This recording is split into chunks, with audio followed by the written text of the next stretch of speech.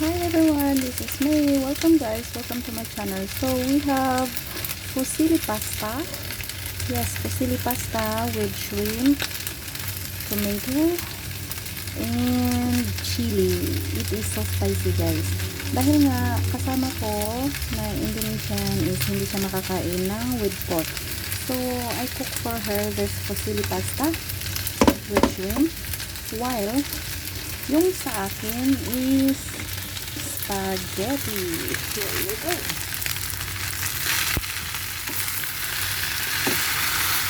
So ito siya with minced pork rice. So Merry Christmas everyone. OFW dito sa Hong Kong. Ganito lang kasimple ang buhay ng isang OFW dito sa Hong Kong guys. Overseas worker sa Hong Kong.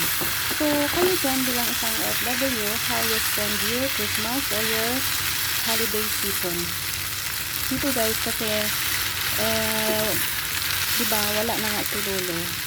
So, dalawa kami dito, but doon ako natutulog sa bahay ni Lolo.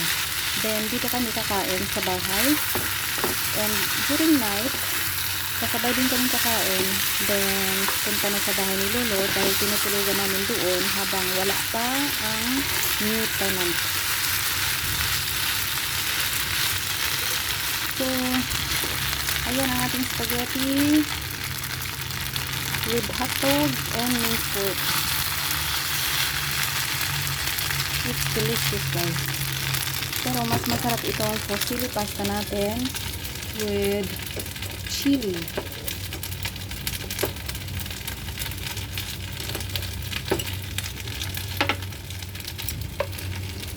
Ayan, maraming chili yan siya guys.